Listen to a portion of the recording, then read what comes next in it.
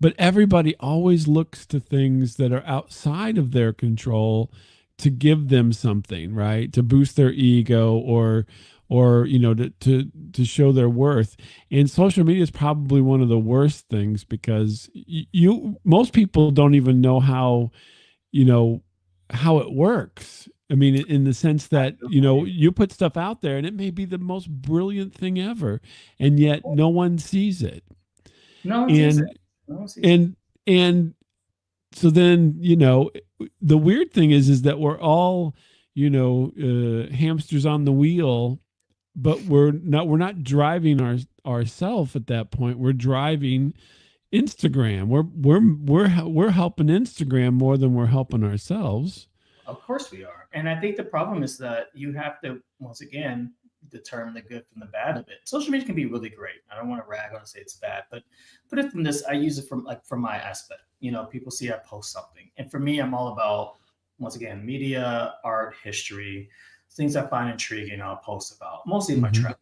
Because I want people to say, like, there's a world out there. You should try to get out and see this world. You should try to make every effort to do that and really broaden your horizons. I think that's some of the positive way. People who like to do makeup tutorials or back to fitness or certain aspects. I think those are great things to have out there. There's nothing wrong with that. But what becomes a problem is that you see certain people travel and you're like, oh my God, I can't afford to do that. Okay, you may not be able to afford to do that now, but maybe it's something you could put on your bucket list down the road. Don't feel like you have to always do everything someone else does.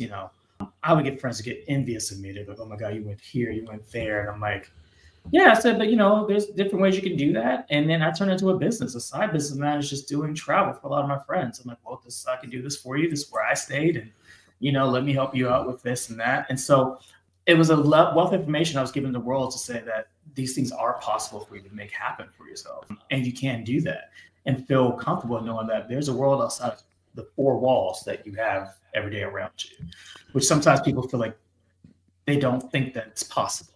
And the Yeah. scrolling is really bad. You got to realize you got to put yourself on mute sometimes. I love a good travel blog. I love a good cooking blog. I love fitness, but after about 30 minutes, I'm like, okay, I walk away. It's not, Yeah. it's not that I don't want to keep doing it, but you can't get into this habit of doing it over. I love my best friend. I love him to death. And he will be on TikTok for almost an hour to 2 hours. And I'm like, what the Wow. and I'm That's a like, lot. I'm like, you could be doing something else and not do that. Like Hmm. just minimize yourself. I'm saying don't cut it out, but just minimize yourself from it. Take a little bit Right. of time, enjoy it, and see it, and then get out into the world. Say, for instance, you see something. I see something sometimes. I'm like, wow, that person went to Prague. Oh my God, that's such a good trip.